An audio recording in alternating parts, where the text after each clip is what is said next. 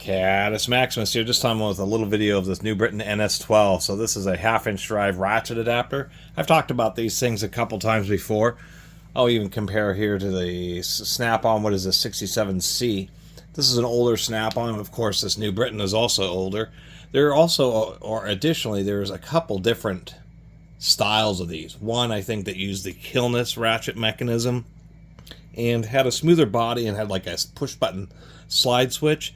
And then there's this one, which I'm going to try to open up, but it has a very stiff mechanism. Almost seems like a batwing pawl style, because we can see the reverse lever is actually moving as we ratchet, and it has this little switch on it versus having a through push button. It is a pretty rigid switch too, extremely stubby. The Snap-ons definitely has lower back drag. Snap-on also did their little on and off thing, and is a bit more complicated of a design.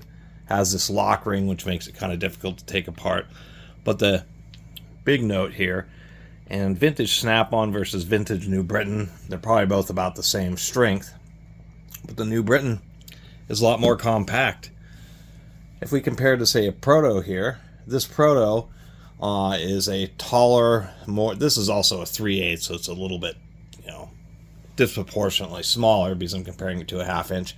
But nonetheless, the Protos use a taller collar and then just use this kind of ring to do the reversing action, and I don't really mind that at all about the Proto, but that's at least, you don't run into these very often. What they're designed to be is they're supposed to be just heavy-duty ratchet heads. Many times these are supposed to be as strong or stronger than the traditional ratchets, just because they have a lot more material thrown at them. And you might use them something, usually with a breaker bar, but something like this, and that's all it really is doing, is you're in a situation where you want to use or need to use a breaker bar. You've broken the fastener. I should do it this way. Take your breaker bar, break the fastener, and it's, a tool designed to help save you a ratchet. And then you pop this on, and then you go ahead and actually ratchet out your fastener. So that's the idea behind them. They're not very common, but they are pretty neat. Cheap ones. Now, like Harbor Freight has come out with a couple breaker bars that have kind of integrated ratchet heads. I had one break that they did replace, but nonetheless, cheaper ones, this is what can happen, is you're putting so much stress to the pawls, and the walls of these ratchet bodies sometimes can be pretty, not as thick as they need to be, and can split apart. Now, obviously, this is a Harbor Freight, so thinking that a Snap-on or a Proto or New Britain might fail the same way. You never know until you ran it, until it failed. But I would suspect that the square would end up what twists off. I would not believe that a New Britain housing, or once again a Snap-on or Proto, where it actually would split apart the housing. You'd think that they would have designed it with those kind of loads in mind. Anyway, it is neat to run into these things. I think they're fascinating. It's probably once every couple of years. It's very rare. These things just aren't very common, especially from professional power or hand tool brands. But we'll see if we can't manage this little snap ring and get this bad boy apart. These types of clips are always a devil to get out. They really, I probably should put this in a little vise in order to, because you have to get in there, you have to get some, like a little pick like this to kind of get the tabs far enough over to where you can get a pair of needle nose pliers in there. Was just able to fidget out with while holding it, so definitely a pretty secure system. It can just be a little bit troublesome. So, pretty simple design.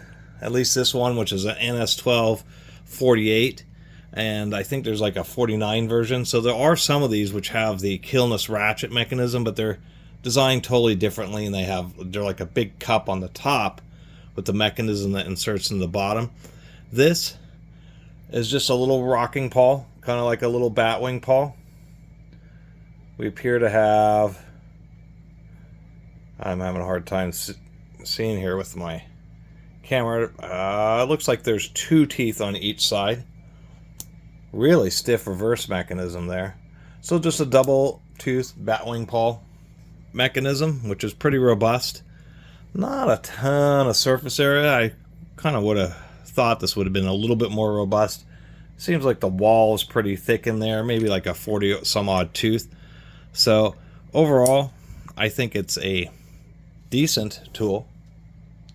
But I'm once again a little surprised that they didn't use their famous Catus ratchet design in here. Instead, just went for a more traditional kind of batwing pawl design, which once again is more than reliable. Just seems just a little bit undersized. That's all I can really say. Although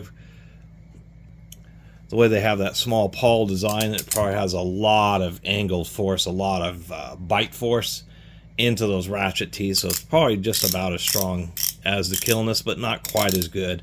And that may also be why they have such a stiff spring behind it, is simply to ensure that they don't have any issues.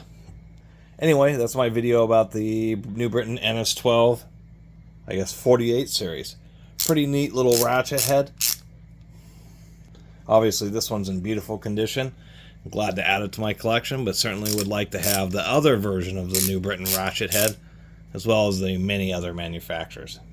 Anyway, thanks for watching.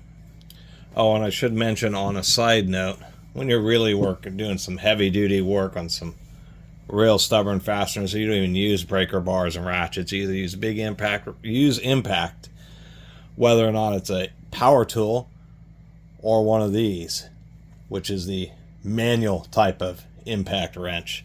We'll talk about that in the next video.